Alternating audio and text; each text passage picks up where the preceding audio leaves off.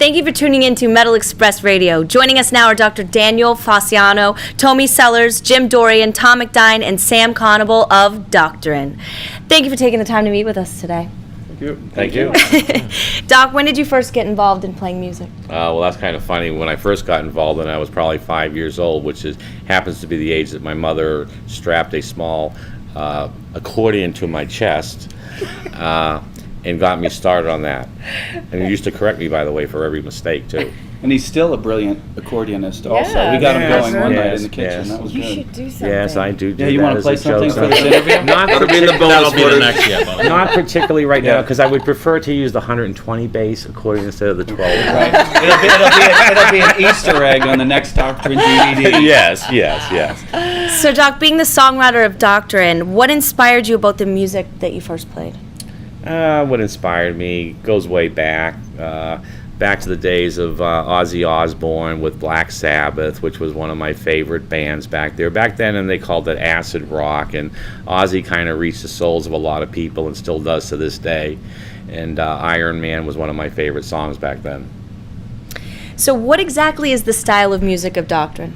The style of DOCTRINE is a combination of things. First of all, I truly believe that we have our own unique sound and tones on both guitars and keyboards. I also believe that we have some just fabulous and spectacular vocalists in the band that have done all kinds of other things in the past.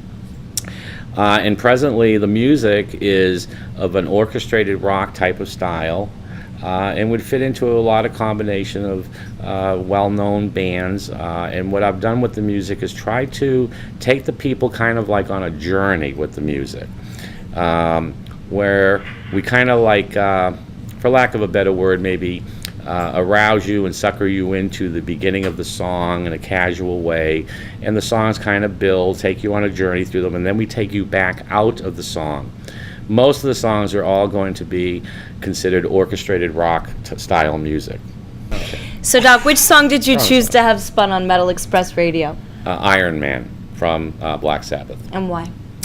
Back in that time, when the music was acid rock, I mean, that was considered very heavy, progressive rock back then that just really reached your soul. Fantastic. Let's go ahead and roll that track, and when we come back, we'll ask Tommy a few questions. So, Tommy, how did you feel about becoming the lead female vocalist for DOCTRINE? I was actually very happy when the doc asked me, and what's so funny is I've known Dr. Dan for many years. We were involved in a different project years ago, and we kind of lost track of each other for just a little while, and he had given me a call after he had seen me do the Born to Diva. Yes. And we started talking, and at that time I was thinking, I really wanted to get involved in something that was like orchestrated rock, and really that I could use my voice, and I had no idea that he was actually developing something similar along that lines, and he said, well, I've got this really neat music I want you to hear, and I would like you to consider joining the band, and if you really like the music. So he sent it to me, and I said, it's really right up my alley. I mean, really what I've been looking to do, so I was very excited. You've landed and written music for 2 feature films, plus soon-to-be-released Rock in a Hard Place documentary featuring Johnny Depp. Tell us a little about that. The 2 films, one of them is called Off the Chain, it's a dark comedy, and the second one is called Hogzilla. It's a campy horror film, and that one's soon to be completed and hopefully released as well.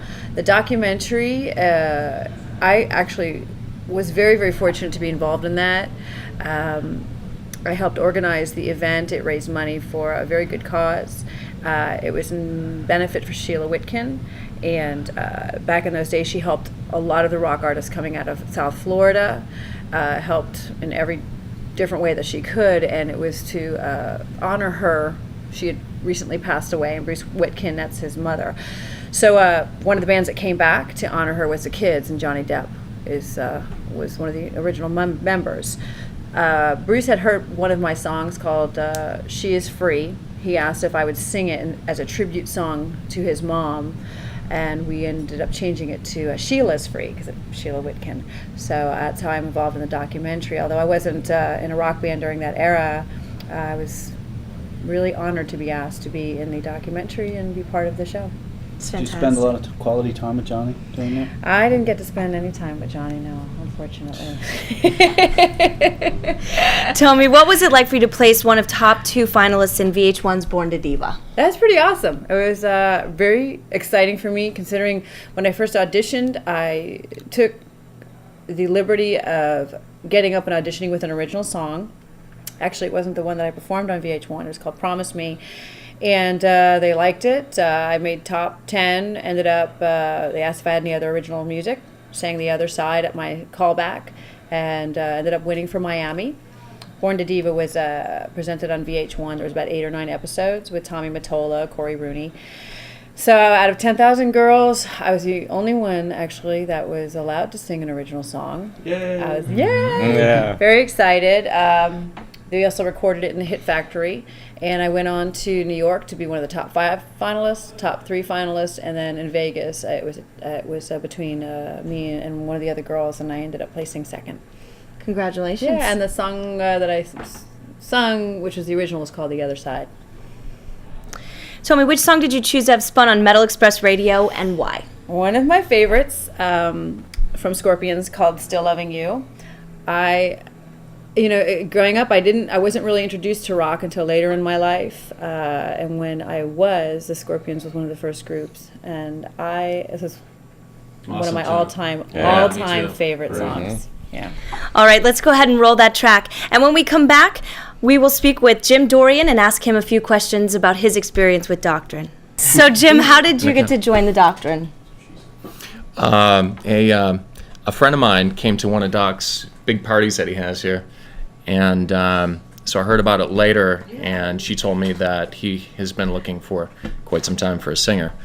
And so I hooked her up with a DVD and my card, and I said, give him my card next time you see him. So he gave me a call, and I came here and listened to him play here in the studio, and I was just blown away. And I had been looking for a keyboard player to collaborate with for quite some time as well. So we decided we'd work together, and Doc was saying we need a guitar player, and I said I'm working with a guy. I said Tom. I said it would fit perfect, an awesome player, and that was the start of it. Fantastic. So, Jim, what was it like working with Jon Oliva? It's amazing working with someone of his caliber. How fast he can work. I'm singing the lyrics to him the first time, and he's hearing harmonies, cello, drums, bass. It's really incredible. So, He's amazing. He's got funny stories, him being on the road for so many years too. And you're he's a used great to guy. being the only lead vocalist. What's it like sharing the spotlight? Yeah, what's it like? Yeah, what is it? She's a complete pro. So I mean, she's got perfect pitch and timing. So it's effortless. So it flows real well, and we think so much alike that there's no conflict. It just works real well. Absolutely. I think that's one of the strongest points of Doctrine is having the male-female switching off like that, and then you guys playing off each other. Yes. It's very unique. Gives it a good balance. It's a good balance.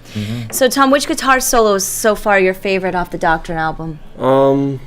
Definitely a song called When I'm Gone. That's the working title anyways. It could end up being Night is Falling or Light is Falling or something.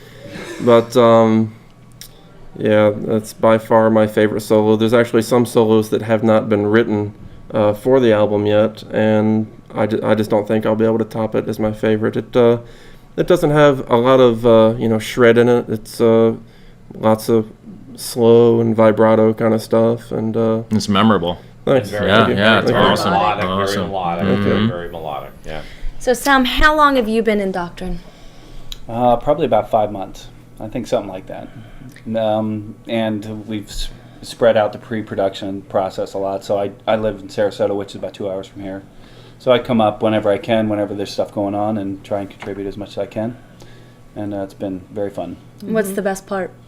The best part of being in Doctrine is the chemistry of the players. It's just so much fun. We've only played one real show together, but the chemistry on stage was unmistakable and very fun, and I saw it. It was very awesome. You guys very were- effortless to put out a lot of power. So that was fun. So which song did you choose to have spun on Metal Express Radio, and why? Well, I don't know if it's acceptable, but I would pick "Lost in Germany" by King's X, and the reason I would pick that is because it's one of the coolest guitar riffs ever written, and on top of it, Ty Tabor can sing on top of it while he's playing it. So, to me, I just really respect somebody who has that level of talent and ability to write a great riff. All right, let's go ahead and roll that track. And when we come back, we'll have Wade Black joining us.